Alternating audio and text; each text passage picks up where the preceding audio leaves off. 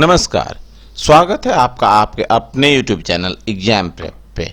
पता तो आपको है ही कि चैनल पे रेगुलर बेसिस पे चल रही है आरआरबी एनटीपीसी और आरआरसी ग्रुप डी का कोर्स, और इस कड़ी में आज मैं लेके आया हूँ जीके का वीडियो नंबर 2 और ये है RRB NTPC previous year questions.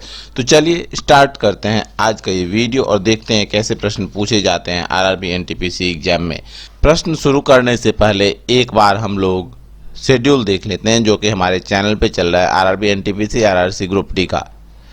Reasoning सुबह 10 बजे, मैथ के क्लासेस दोपहर के 3 बजे और जीके और साइंस की क्लासेस शाम के 7 बजे। एशिया का सबसे पुराना तेल उत्पादक क्षेत्र कहाँ पर स्थित है? ऑप्शंस हैं गुजरात, असम, अरुणाचल प्रदेश या फिर नागालैंड। तो इसका सही उत्तर क्या होगा? इसका सही उत्तर होगा असम। एशिया का सबसे पुराना तेल उत्पादक क्षेत्र कहाँ पे है? असम में। और कौन सा जगह है ये है डिगबोई। डिगबोई, और ये कब हुआ था? 1901 ईस्वी में यहाँ पे तेल उत्पादन प्रारंभ हुआ था। ठीक है, अगला प्रश्न देखते हैं। क्वेश्चन है होमोसेपियंस के रूप में वर्गीकृत किए जाने वाले प्रारंभिक होमोनॉइड्स थे। तो ये थे क्रो मैग्नन। क्या थे? Crow Magnon. अगला प्रश्न देखिए, निम्नलिखित कीटनाशकों में से किसका हानिकारक प्रभाव केरल में स्वास्थ्य मुद्दों पर का प्रचार करते समय मीडिया की नजर में आया? किसका हानिकारक प्रभाव आया था केरल में? एंडोसल्फान, लेथल, थीमेट या फिर मोनोसिल? तो इसका जो सही उत्तर है वो है एंडोसल्फान। केरल के कासरगोड में ये जो एंडोसल्फान का हानिकारक प्रभाव पता चला था, इसमें क्या है, ये जल्दी से डिकम्पोज नहीं होता है, सॉइल एंड वाटर में ये कॉन्टेमिनेशन फैल चुका है और यही प्रभाव दिखा था केरल में। अगला प्रश्न देखते हैं, निम्नलिखित में से कौन सा यौगिक गुर्दे की पथरी का निर्माण करने वाला सर्वाधिक सामान्य यौगिक है? तो गुर्दे की पथरी में जो पाया जाता है सबसे सामान्य यौगिक वो है कैल्शियम ऑक्जेलेट। कौन सा है? Calcium oxalate. और माना जाता है ऐसा कि ये अनडिजॉल्व्ड कोलेस्टेरॉल होता है। अगला प्रश्न देखते हैं। क्वेश्चन है एक मानव जीव में औसतन कितनी स्वाद कलिकाएं मौजूद होती हैं? स्वाद कलिकाएं अर्थात टेस्ट बर्ड्स कितनी होती हैं ये मानव जीव में, ये बताना है। तो इनकी संख्या होती है लगभग 10,000 के आसपास, 10,000 तक होती है ये संख्या। हमारा उत्तर होगा ऑप्शन ए 2000 से लेके 8000 तक। और ये जो है ये प्रत्येक 2 सप्ताह में रिप्लेस होते रहती है, प्रत्येक 2 सप्ताह में रिप्लेस होती रहती है ये कोशिकाएं। अगला प्रश्न है सफ़ेद रेगिस्तान भारत के निम्नलिखित में से किसमें स्थित है? कहाँ पे सफ़ेद रेगिस्तान स्थित है? गुजरात, तमिलनाडु, जम्मू कश्मीर या फिर सिक्किम में? तो सफ़ेद रेगिस्तान स्थित है गुजरात के रन ऑफ कच्छ में, कच्छ के रन में। और यहाँ पे क्या है? सॉल्ट मार्श पाए जाते हैं, सॉल्ट मार्श पाए जाते हैं, जिसके कारण से इसका कलर क्या है? सफ़ेद है। अगला प्रश्न देखिए, क्वेश्चन है आपके लिए एक नवजात शिशु के शरीर में कितनी हड्डियां होती हैं? नवजात शिशु के शरीर में कितनी हड्डियां होती है? ऑप्शंस हैं आपके सामने 350, 206, 211 या 411। तो नवजात शिशु के शरीर में 300 से ज़्यादा हड्डियां होती है। और ऐसा क्यों होता है? ऐसा इसलिए होता है कि उनका जो शरीर होता है उसमें ज़्यादा फ्लेक्सिबल कार्टिलेज पाए जाते हैं जो कि आगे फ्यूज होकर क्या बनाते हैं? बोन्स बनाते हैं। हमारा उत्तर हुआ ऑप्शन नंबर ए 350। अगला प्रश्न है आपके लिए निम्नलिखित में से कौन सा एक वर्ड प्रोसेसर का उदाहरण नहीं है? IBM Lotus Symphony, Microsoft Word, Google Docs या माइक्रोसॉफ्ट एक्सेल? तो बच्चे यहाँ जो एक वर्ड प्रोसेसर नहीं है वो है क्या? Microsoft Excel, option number D. ये एक स्प्रेडशीट है। क्या है? स्प्रेडशीट है माइक्रोसॉफ्ट एक्सेल। ठीक है ना? चलिए आगे बढ़ते हैं, देखते हैं अगला प्रश्न। क्वेश्चन है किंग जॉर्ज पंचम तथा क्वीन मैरी की यात्रा के याद में सन 1911 में भारत में कौन सा लोकप्रिय पर्यटन स्थल बनाया गया था? 1911 में जो किंग जॉर्ज पंचम और क्वीन मैरी की यात्रा हुई थी उसके याद में कौन सा स्थल बनाया गया था इनमें से? India Gate, Gateway of India, Prince of Wales Museum या फिर विक्टोरिया टर्मिनस? तो बच्चे इसका सही उत्तर होगा गेटवे ऑफ इंडिया। कहाँ पे है गेटवे ऑफ इंडिया? ये स्थित है मुंबई में। कहाँ है? मुंबई में। ठीक है ना। चलिए आगे बढ़े।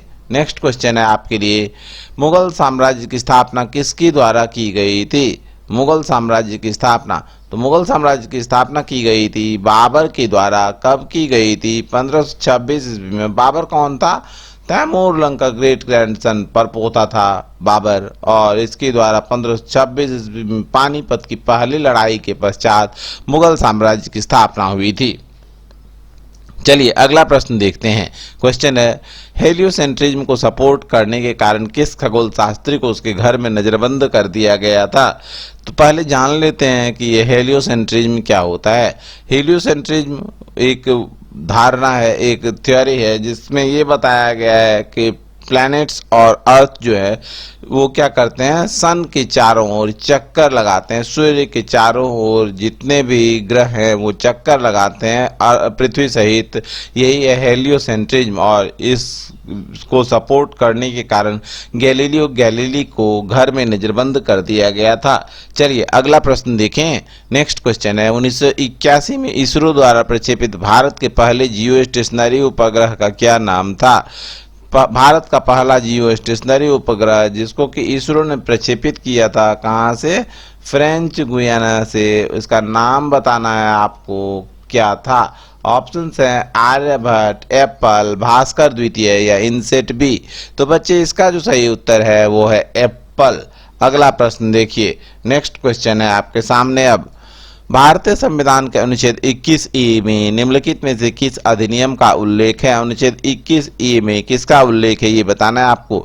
शिक्षा का अधिकार, सूचना का अधिकार, लोक प्रतिनिधित्व या धर्म की स्वतंत्रता का अधिकार? तो बच्चे इसका जो सही उत्तर है वो है शिक्षा का अधिकार। और अनुच्छेद 21 में ये कब जोड़ा गया? ये जोड़ा गया 86वें संविधान संशोधन के द्वारा 2002 ईस्वी में। क्लियर ना। अगला प्रश्न देखिए। नेक्स्ट क्वेश्चन है, किस भारतीय ने 2014 में शांति के लिए नोबेल पुरस्कार जीता? तो 2014 में शांति के लिए नोबेल पुरस्कार मिला था किसे?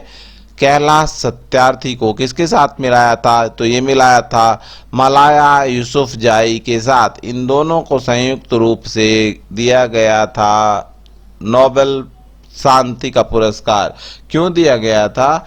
बच्चों के सप्रेशन को खत्म करने के लिए, इसके विरुद्ध आवाज उठाने के लिए और बच्चों को शिक्षा का अधिकार दिलाने में अहम भूमिका निभाने के लिए कैलाश सत्यार्थी को 2014 ईस्वी में नोबेल पुरस्कार दिया गया था। अगला प्रश्न आपके लिए, निम्नलिखित जीवों में से कौन सा जीव मुकुलन अर्थात बर्डिंग द्वारा प्रजनन नहीं करता है? ऑप्शन है मूंगा, हाइड्रा, स्पॉन्ज या फिर एनेलिडो। तो यहाँ जो सही उत्तर होगा वो होगा एनेलिडो, ऑप्शन नंबर डी। यहाँ पे जनरली सेक्सुअल रिप्रोडक्शन होते हैं। अगला प्रश्न ये रहा आपके लिए, किस नेता ने ऑर्थोडॉक्स क्रिश्चियनिटी को रूस के आधिकारिक धर्म के रूप में अपनाया? तो ऑर्थोडॉक्स क्रिश्चियनिटी अर्थात रूढ़िवादी क्रिश्चियनिटी को किसने अपनाया था ये बताना है आपको। ऑप्शन है Vladimir the great, Michael Romanov, Yvonne चतुर्थ या बोरिस गोडरोव। तो बच्चे ये अपनाया गया था व्लादिमीर द ग्रेट के द्वारा। ऑप्शन नंबर ए है इस प्रश्न का सही उत्तर। अगला प्रश्न देखिए, C12H22O11 डैश के रूप में भी जाना जाता है। तो इसे जानते हैं किस रूप में? इसका प्रयोग हम लोग रोज करते हैं। इसे जानते हैं चीनी के रूप में। रेत को क्या कहते हैं? रेत को कहते हैं SiO2 अर्थात सिलिका। नमक तो आप लोग जानते ही हैं, सोडियम क्लोराइड। और क्ले क्या है? क्ले का नाम है कैओलिनेट। ओके। अगला प्रश्न देखिए। क्वेश्चन है, शतरंज की कौन सी गोटी सीधे चलती है किंतु तिरछी मार करती है? शतरंज की गोटी जो सीधी चलती है और तिरछी मार करती है वो है कौन सी? वो है प्यादा, ऑप्शन नंबर डी। अगला प्रश्न देखते हैं। क्वेश्चन है आपके लिए, जब कंप्यूटर स्विच ऑन किया जाता है तो ऑपरेटिंग सिस्टम हार्ड डिस्क से मेन मेमोरी में लोड होता है, तो उस प्रक्रिया को क्या कहते हैं? तो बच्चे इस प्रक्रिया को जाना जाता है किस नाम से? इस प्रक्रिया को जाना जाता है बूटिंग के नाम से। और बाकी जो है इसमें क्या होता है, जब सिस्टम पहली बार ऑन होता है तो उसे बूट करना भी कहते हैं। उसमें क्या होता है, हार्ड डिस्क के मेन मेमोरी में लोड होता है क्या चीज, ऑपरेटिंग सिस्टम, बूट हो, BOOT। ठीक है। अगला प्रश्न अब आपके सामने, भारतीय अंतरिक्ष कार्यक्रम के जनक डैश हैं। किसे भारतीय अंतरिक्ष कार्यक्रम का जनक माना जाता है? ऑप्शन है doctor APJ Abdul Kalam, doctor Vikram Sarabhai, doctor के कस्तूरीरंगन या प्रोफेसर सतीश धवन। तो बच्चे, भारतीय अंतरिक्ष कार्यक्रम के जनक के रूप में जाना जाता है डॉक्टर विक्रम साराभाई को। इन्होंने इसरो की स्थापना की थी। सबसे पहले इन्होंने ही स्पेस प्रोग्राम को लॉन्च किया था। तो ये थी आज की जीके के इंपॉर्टेंट क्वेश्चंस। वीडियो पसंद आया तो लाइक करें, लाइक करने के साथ ही इसे शेयर कर दीजिए अपने दोस्तों के साथ। धन्यवाद।